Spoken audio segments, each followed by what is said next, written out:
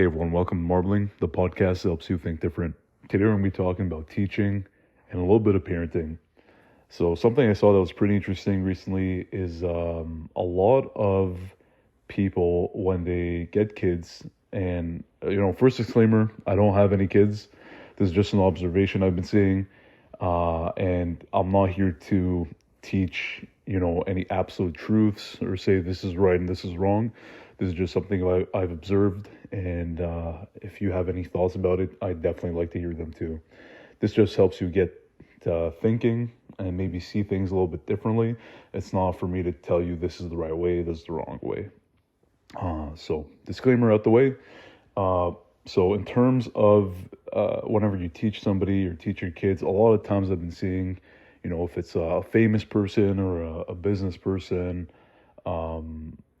they've gone through, most of the times have gone through the hardest times of their lives when they were younger, and they learn to adapt, get stronger, get older, wiser. And whether you have money or not, it really goes into what you really like doing, right? Like I'm looking right now at Brian Johnson, the guy who's trying to reverse his aging, putting about $1 million to $2 million a year into reversing or really slowing his aging. He's now kind of taught his philosophies, his teachings to his son, who's I think 16, 17 years old right now. And not to take shots or anything, but the kid does come across a little different, a little weird, a little bit out of the norm, right? And not being in the norm isn't necessarily a good thing, but you can tell when somebody's awkward and not all there in a way. And it really dawned on me, this and a few other famous people, right? Like when you teach somebody, whether it's your kid or not, like when you teach somebody everything like at a top level, and everything that you're currently doing at that top level, they'll be doing things right, but it won't have the same level of depth as its impact on you, because you've been through less efficient, harder times. You were less wise when you were making all your mistakes, and you had to learn to get through that. It's like you went through the struggle to get, the teachings, and then you give those, teachings without any struggle to your kids or to whoever. And the person ends up, from what I've been seeing, they end up turning really odd. Like,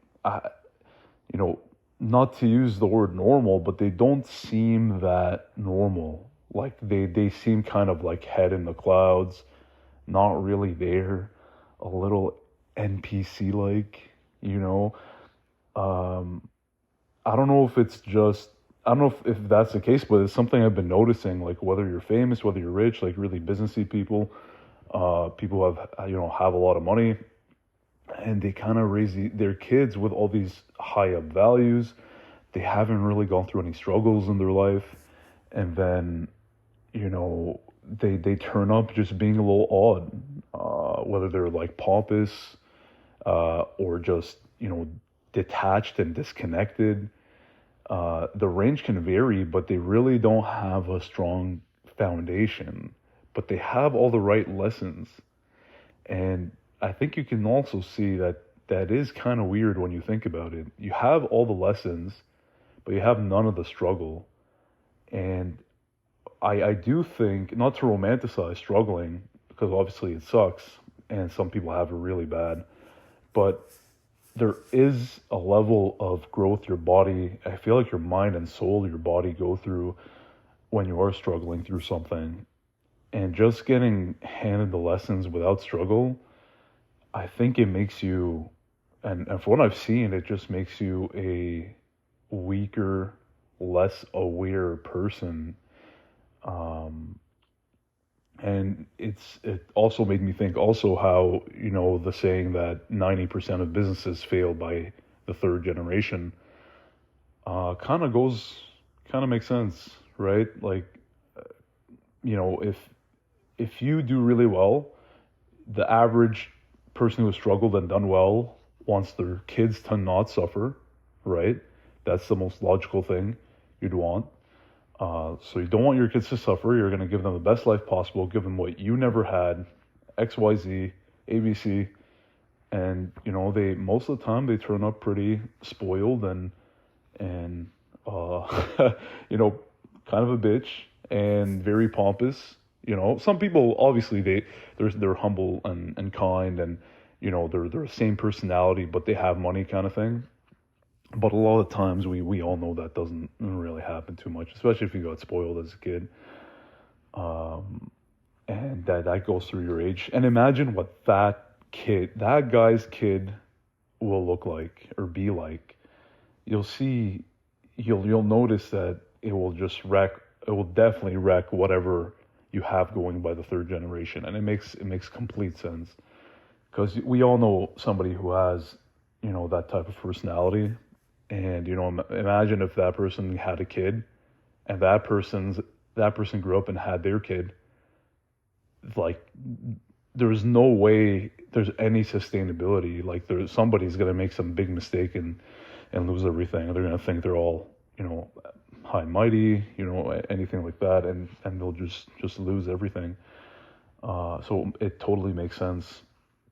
But something that, I've been thinking about more and more is how do I control struggle in like when I want to get kids, right? So in my kids, and a few things that I started thinking about was, if how do you control struggling where it's just above what they're comfortable with.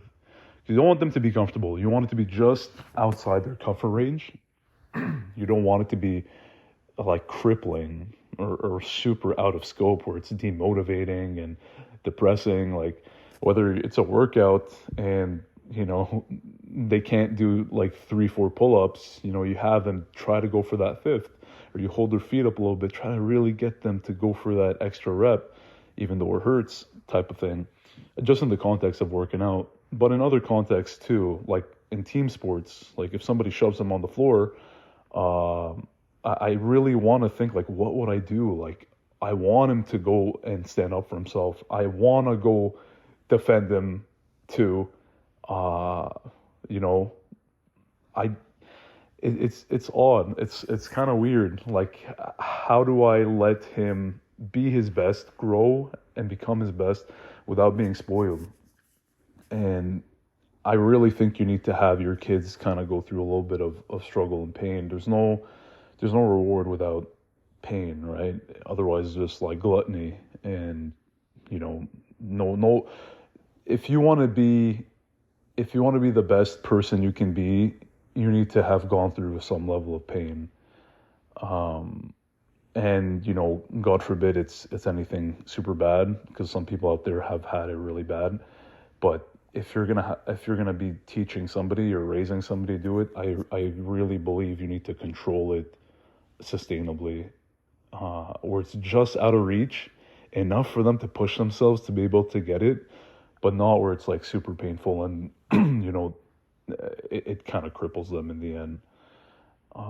So yeah, some food for thought. I hope you guys enjoyed this, and I'll see you guys on the next episode.